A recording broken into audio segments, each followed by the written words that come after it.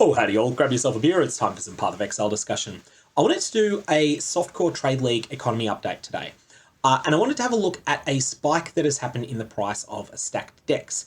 A bit of a deep dive into why that happened and where they may go from here. All of the sorts of factors behind that.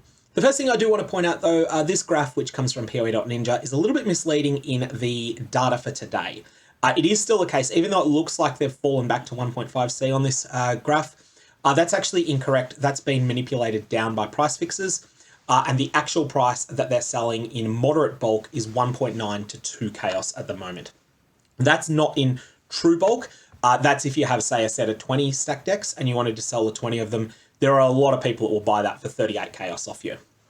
So you see that the stack deck started really low this league and then crept up a little bit over time. And then there's just been this... Not really this jump here on September the 11th and 12th, but there's been a sharp spike here around September 19. I'll have a look at some of the factors that caused that, why they jumped from 1.5 to 2.0, and where I think they may go from here. First things though, we need to discuss that the expected value of stacked decks, i.e. the average value of the cards you get out of them, is actually an unsolved problem amongst the player base. This is not something that we can definitively say, oh, the average value of the cards is 2.33712 Chaos Orbs. We don't know. Lots of players think that they know how much a stack deck should be worth and can point to mass turn-ins to back their opinion up. Some things that we do know as facts. Approximately one card in 1,000 is more than 500 Chaos. Approximately 1.1% of cards are in the 17C to 500C range, and approximately 2.3% of cards are in the 5 to 17C range, with the remaining 96.5% being under 5 Chaos. Of the under 5 Chaos cards, only a few of them will sell. So there's high variance cards like Arrogance of the Vaal, you can sell those in bulk really easily. There's direct currency cards, so things like Three Faces in the Dark that you can turn in really easily. And then there's indirect currency cards as well, like Humility. You turn in a set of humilities, you get a tabula rasa. Tabula rasa is always 6-linked, so you then just go and take it to the vendor and you get yourself a Divine Orb. However, there is so much variance at the top end. This is in that top 0.1% of cards that you can't really deduce much about averages at all. The reason for this is that House of Mirrors and Unrequited Love are just so much more valuable than anything else. And we really don't see enough of them to say anything meaningful at all about their drop rates. So if two players turn in a set of 10,000 stack decks, one of them hits an Unrequited Love, the other one doesn't, then the person who hits Unrequited Love is starting a full third of a chaos above the person who didn't. That's average value per card. And House of Mirrors throws things even more. So, reverse engineering drop rates empirically. How rare is a demon card from a stack deck?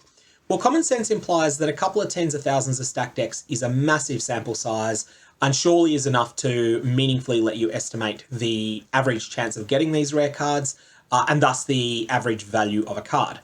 However, common sense is wrong. Probability is highly counterintuitive, and this is how lotteries and casinos can take so much money from so many people. It's because probability just flat out does not work the way that common sense tells you it should. What you actually need to reverse engineer drop rates empirically is a couple of dozen at least of the rarest event. And in this case, that means House of Mirrors.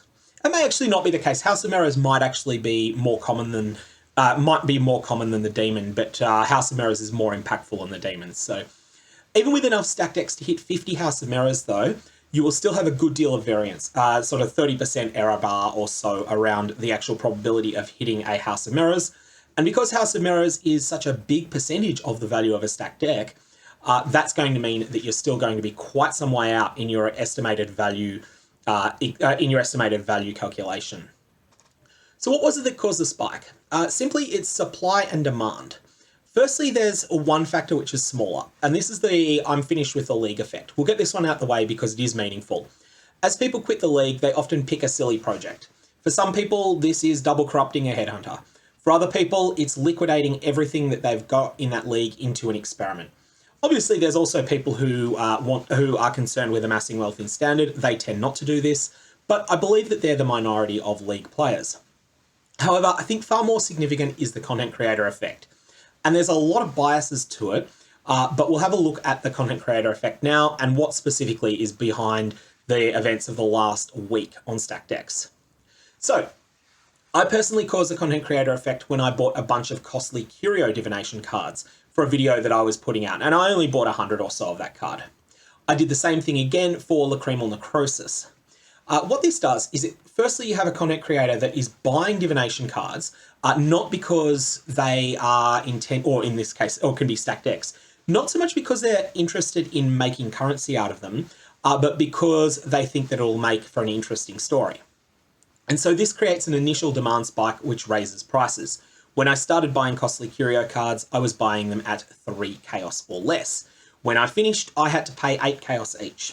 And that was just to buy about 100 of them. Lacrimal Necrosis was similar. I got a bunch of them for 3C, but once those run out, it was 5C. Some of them were 6 and 7. So this is the initial demand spike that's caused. Now, content creators have a reason to post their results. Win or lose, it's entertaining. If I lose, there's no further effect. This is what happened with my Costly Curio video. I hit a box of rocks. Every Costly Curio divination card turn-in that I did came back with rubbish, and so no one was inspired to try and mimic me.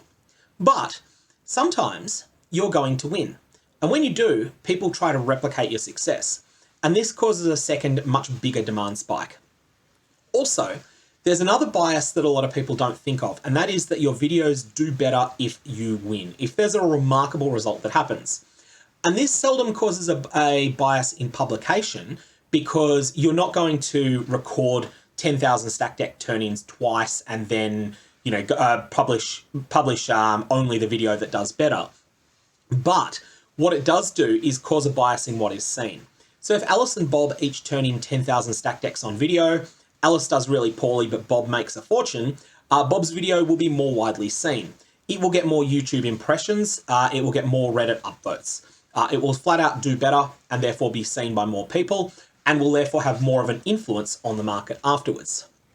So the first spike was on the 19th of September. This was caused by a Reddit post made by Zeke614, who streams over on Twitch as Bike Spokes. Now, this player opened 80,000 stack decks over several days and made a fortune in terms of the amount of currency that they made from it. I think they ended up something like 150 Exalted Orbs up. Just their House of Mirrors, Doctor, Nurse, and Patient drops alone totaled 45,000 chaos. Add in 10 Brothers Stash, 1 Demon, 3 Fiend, 8 Sucker of the Sinless, 22 Alluring Bounty, and so much more. And you see massive profit, especially as they got in early and they were paying about 1.5 chaos per card. There is a link which I will put down in the description below, and that will show you their raw results. At the same time, Redditor Gaten M hit a lucky House of Mirrors from a stacked deck. And this inspired this player to then go and sell that House of Mirrors and trade for a whole bunch of extra stacked decks. They turned in 32,853 stacked deck cards, and they logged every single drop in order. Again, this player made a lot of currency, despite having to pay 1.9 chaos per card. And this was more of the content creator effect. Even though I don't know if Gaten M streams, if they did, they didn't advertise it in their Reddit post. That didn't really matter, because their post still ended up being, top of the Path of Exile subreddit, getting very widely seen, and therefore will inspire copycats.